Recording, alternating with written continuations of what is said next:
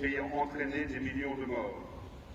Le général de Lattre de Tassigny, commandant la première armée française d'Ypres et Danube, représentait la France lors de la signature de la capitulation à Berlin. Cette cérémonie comprend 5 parties: l'honneur au drapeau national, situé derrière le monument, l'hommage aux morts avec les dépôts de gerbes, la minute de silence et les hymnes nationaux, allocution de M. Xavier Cochet, maire de Saint-Miel, lecture des messages officiels par Mme Guénaud, sous-préfète de Commercy, remerciements et salutations. Honneur au drapeau. Les autorités font 2 pas en avant. Garde à vous.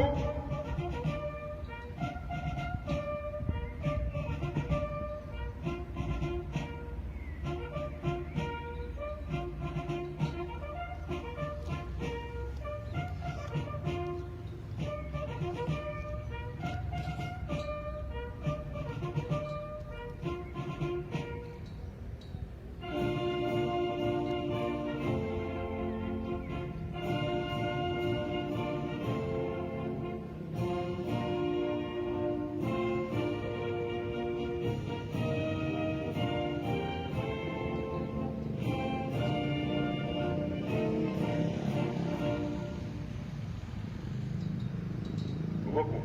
Les autorités reculent à l'emplacement de départ.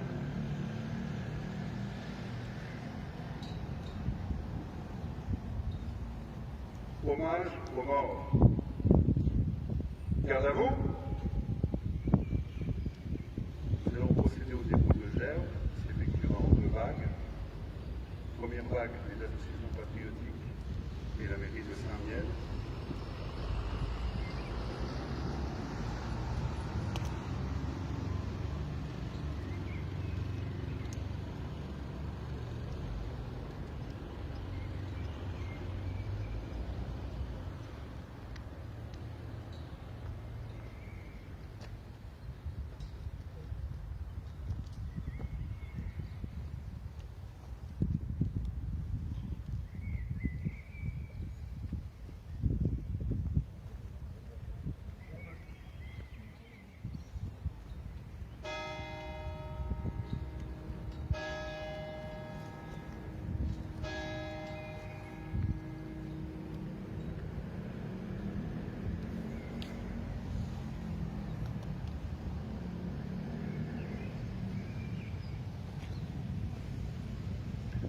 Deuxième vague, le conseil départemental de la Meuse et Madame la sous-préfète de Commercy au nom de l'État.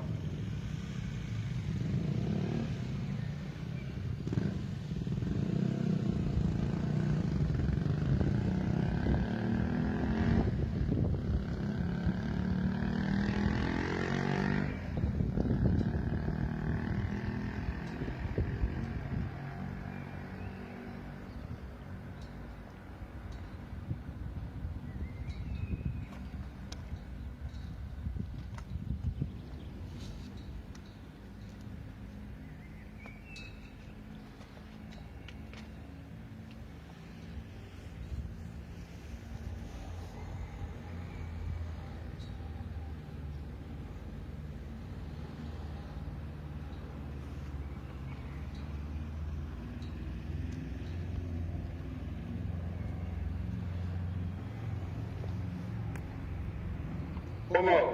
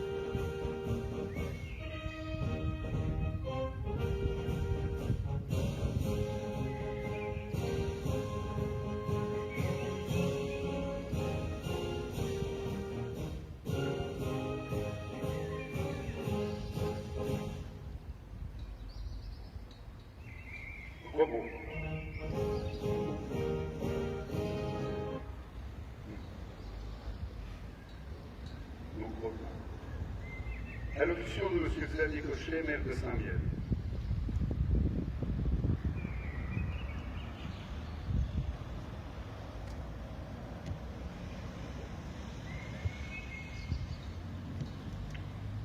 Madame Camille Guénaud, sous-préfète de Commercy, Madame Marie-Christine Tonnerre, représentant le sénateur Longuet excusé, Sylvain Denoyer, représentant le président du département, Claude Léonard excusé, Messieurs Guy Gisson et Madame Janine Schwint, représentant les associations patriotiques, Éric Keblemont, porte-drapeau, et surtout vous qui êtes présents en direct ou en retransmission de cette cérémonie du 8 mai 2021 en comité restreint.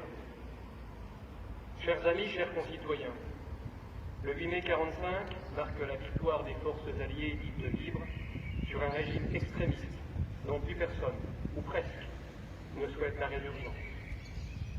Nous commémorons surtout l'armistice et avec le retour de la paix en France métropolitaine, la liberté de circuler, d'agir, d'entreprendre et aussi de participer à la vie démocratique de notre pays et de voter. Cette liberté, chérie des Français, est la valeur la plus précieuse que nous ayons. Liberté de faire, mais aussi, moins souvent citée, liberté d'aimer. Cette liberté doit rester une valeur humaine respectée et doit être un objectif collectif de cohésion sociale et sociétale. Mais attention, la somme des libertés individualistes peut largement contrarier la liberté de tous. Et c'est ensemble que nous avançons pour la cohésion de notre territoire, de notre nation. C'est ensemble que nous devons lutter d'une manière concertée contre cette épreuve que la crise sanitaire de la Covid-19 représente. C'est ensemble que nous devons respecter les autres en privilégiant les mesures de protection sanitaire, de distanciation et même de vaccination. La libération de notre pays, il y a 76 ans, ne s'est pas réalisée par les francs-tireurs dispersés, mais parce que notre nation s'est réveillée et mise en ordre de combattre et de vaincre un envahisseur indésiré. C'est grâce à l'union déterminée avec nos alliés que nous avons pu faire revivre notre République et promouvoir ses valeurs de solidarité, d'égalité, de fraternité et d'humanité, de liberté d'être et d'agir. En France, en Europe, notre liberté va revenir. Car même si le chemin est difficile, car même si le chemin ne nous plaît pas, même si le chemin est mal assuré par moments, nous travaillons et gagnons une immunité sanitaire collective grâce à la vaccination du maximum de nos habitants. Ce n'est pas donné à tous les pays du monde, aux plus pauvres en particulier, qui n'ont pas notre chance et n'ont que peu de soins et pas de vaccin à ce jour. Ne les oublions pas quand nous nous impatientons. En ce 8 mai 2021, c'est ensemble, avec vous, Saint-Mielois, que je vous propose de continuer et poursuivre nos efforts vers cette libération, afin de pouvoir perpétuer demain et les années suivantes le devoir de mémoire et de reconnaissance à nos anciens. Il me tarde, avec vous, de poursuivre librement notre chemin de vie, certes troublé momentanément, pour cultiver notre fraternité et la joie de vivre, et surtout notre liberté de mouvement. Elle est à quelques pas, devant nous. Merci à tous ceux qui, hier, aujourd'hui et demain, sont et seront les artisans de notre liberté. À bientôt, liberté. Vive la République, vive la France.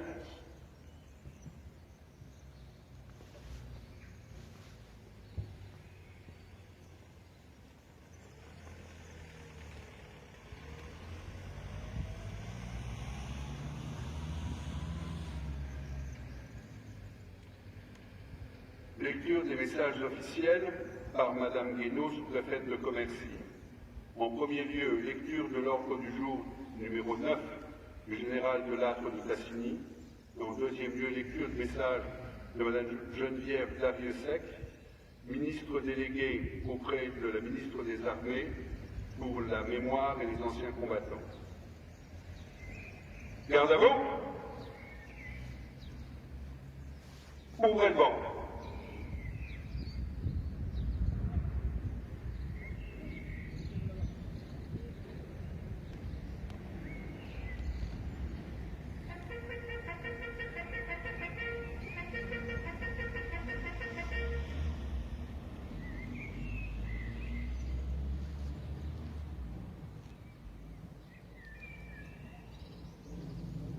officiers, sous-officiers, caporaux et soldats de la première armée française. Le jour de la victoire est arrivé. À Berlin, la fierté de signer au nom de la France, en votre nom, l'acte solennel de la capitulation de l'Allemagne. Digne de la confiance de notre chef suprême, le général de Gaulle, libérateur de notre pays, vous avez par vos efforts, vos ferveur, vos héroïsme, rendu à la patrie son rang et sa grandeur. Fraternellement unis aux soldats de la résistance, côte à côte avec nos camarades alliés, vous avez veillé en pièces saignées, partout où vous l'avez rencontré. Vos drapeaux furent au cœur de l'Allemagne. Vos victoires marquent les étapes de la résurrection française. De toute mon âme, je vous dis ma gratitude. Vous avez droit à la fierté de vous-même, comme à celle de vos exploits. Gardons pieusement la mémoire de nos morts. Généreux compagnons sont de champ d'honneur, qui sont rejoints dans le sacrifice et la gloire, pour la rédemption de la France, nos fusillés et nos martyrs. Célébrons notre victoire, victoire de mai, victoire radieuse de printemps, qui redonne à notre France la jeunesse, la force et l'espoir. Cette avant-hier, vos enfants apprendront la nouvelle épopée que vous doit la patrie. Berlin, le 9 mai 1945, le général d'armée de l'Arc de Tassigny, commandant en chef de la première armée française.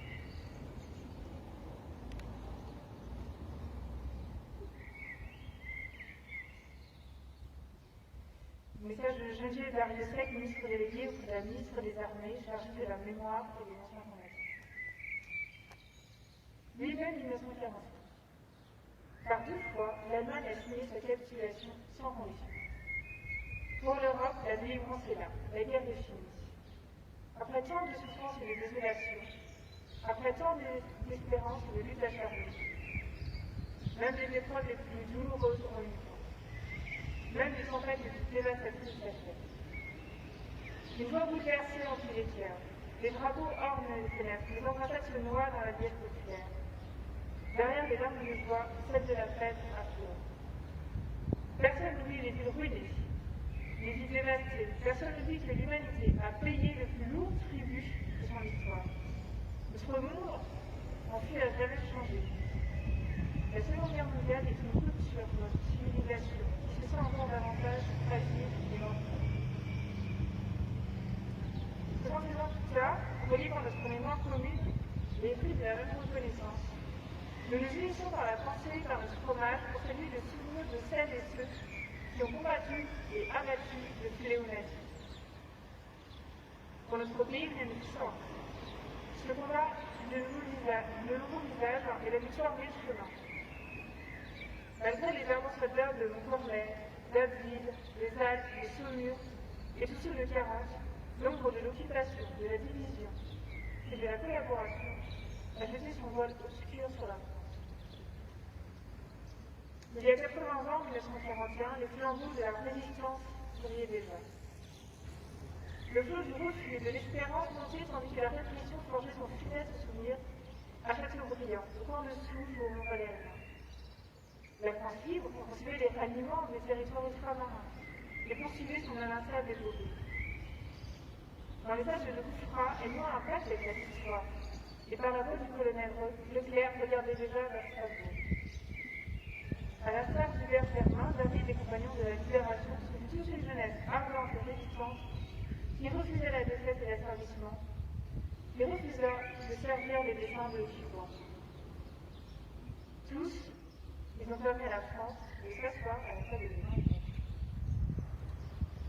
Cela fut rendu possible par le combat acharné des armées françaises et des armées alliées, par les forces françaises libres qui jamais ne cessèrent la lutte, par le dévouement des résistants de l'intérieur, par chaque Français, Française et Français qui a refusé l'abaissement de la France et la négation de ses valeurs. Notre gratitude demeurera indéfectible. Entendons les mots de Malraux. Un monde sans espoir est irrespirable.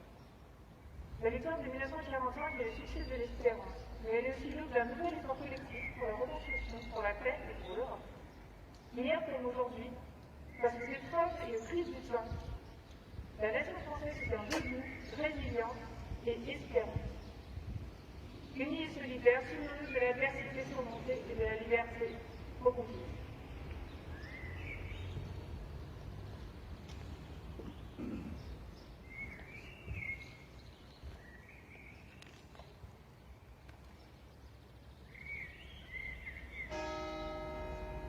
Fermez le banc.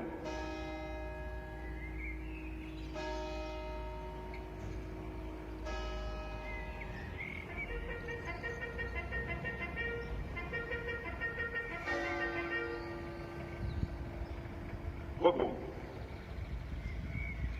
Les autorités remercient et saluent le porte-drapeau.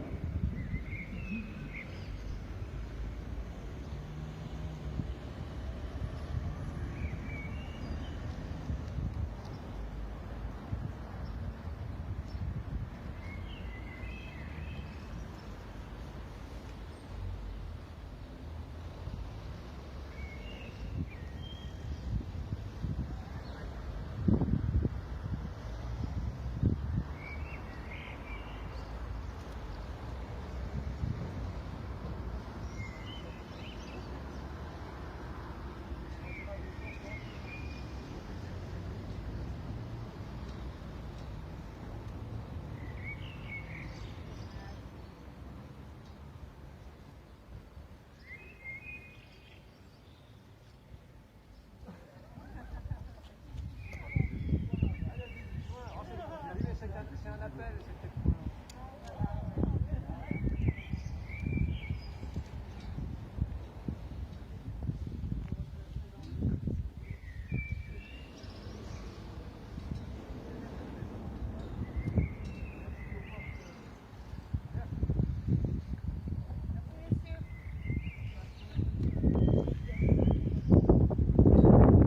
La cérémonie se termine. Monsieur le maire remercie les autorités pour cet hommage aux millions de morts de la Seconde Guerre mondiale provoqués par le régime nazi-allemand.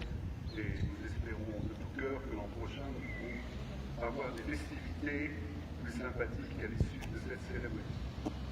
L'autorité remercie monsieur le maire de la cérémonie. C'est gentil à vous. Ouais, toute cérémonie.